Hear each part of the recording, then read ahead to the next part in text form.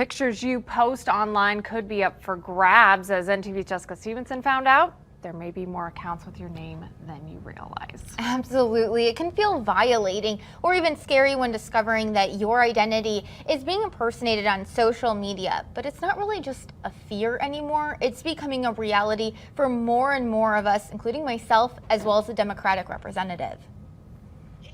Total invasion of privacy. From the face of the Democratic Party to the face of an imposter. Recently, somebody literally copied my entire Twitter profile. Everything from the exact description, the hashtags I used in my Twitter profile, and my pictures. And Nebraska Democratic Chair Jane Klebb isn't alone. While most social media platforms say impersonation is against their safety policies, many false accounts still exist. According to Facebook's 2018 earnings presentation, they say as many as 4% of their users are false accounts, potentially equaling about 80 million fake profiles. In Jane's case, she says it took a week and a half to shut the imposter down. I had to have the Democratic National Committee's tech and security team step in. So even though I would say a good 100 people filed complaints and I filed a complaint, Twitter was still doing nothing. And it wasn't until the DNC stepped in did they finally take that account down.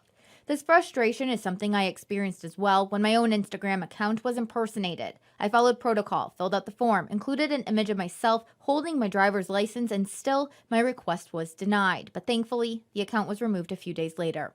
But this experience led us to dig deeper. We reached out to local law enforcement. Somebody just took my name and my photos and created an account pretending to be me. Did nothing else with it. Is that illegal? No. But they say there still could be charges. Unless they use it for some sort of legal purpose or obtaining some sort of financial gain, or you were to threaten or harass or intimidate you by utilizing that particular profile. In my case, the false account solicited my followers for money. Then at that point, they are utilizing your identification or your social media profile. They're fraudulently impersonating you and false representing you as a person to gain some sort of either financial gain or some other purpose that would be against the law at that point. If this happens to you, police say report the fake account through the social media platform, but don't forget to save the evidence first. We work very closely with the social media sites, including, for example, Facebook, Instagram, Snapchat. And so we would serve the proper legal process onto those social media sites and then also get whatever data they have available for us on the backside of the thing, and then put that together as an investigation and then determine what illegal activities have been committed and then what crimes have been violated, and then hope that we could come up with enough information and enough evidence to then arrest based upon that. Klebb says she hopes lawmakers tackle this issue soon. We have to update our laws to match the current technology that's out there. So I hope that the legislature can pick up updating our laws so then our local police can actually have some tools at their disposal.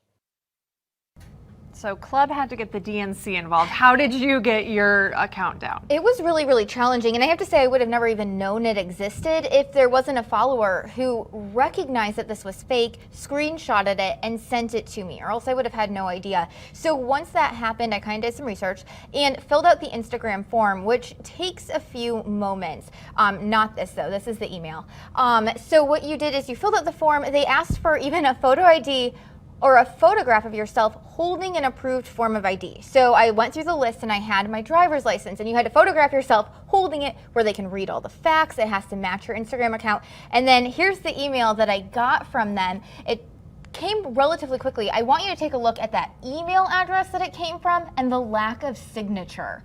It was just such a shady looking email to get. And essentially what they did is said that we cannot continue with your request because we haven't received an acceptable ID that matches the information listed on the account.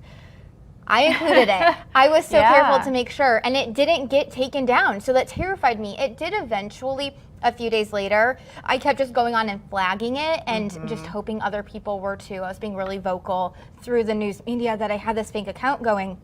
So then when we decided to dig in deeper, I reached out to Instagram for an interview about impersonations and kind of what they're doing. they denied an interview. And they basically just sent us a statement, a blanket statement saying that they don't approve of them and they're against their policies. So then I dug a little further and I told them, hey, I experienced it. You guys denied my request, although I followed all of your rules. They apologized. They said they were going to look into it. And then I was just forgotten about. I never got a follow-up email. I pursued it and nothing. So to this day, I have no idea why I was denied my request. And honestly, I don't even know what to tell people if they go through this. These are the protocols that we followed, and Instagram isn't giving us any more tips. It's not like you resubmitted with different information. It just went away one day. It just went away one day, and all I can think maybe happened is that all of my followers then went in and helped flag it. Kind of like what Jane went through, but again, she really struggled too. It's challenging, and I feel bad because this person went so far as to not only create this account, they went so far as to follow people who were following me, and they tricked a few people. I had a few people reach out and say they followed this fake account, they believed them, and then they went so far, like I mentioned, to even try to get money. Got to be careful. Yeah. Thanks so much, Jessica. Yes, absolutely.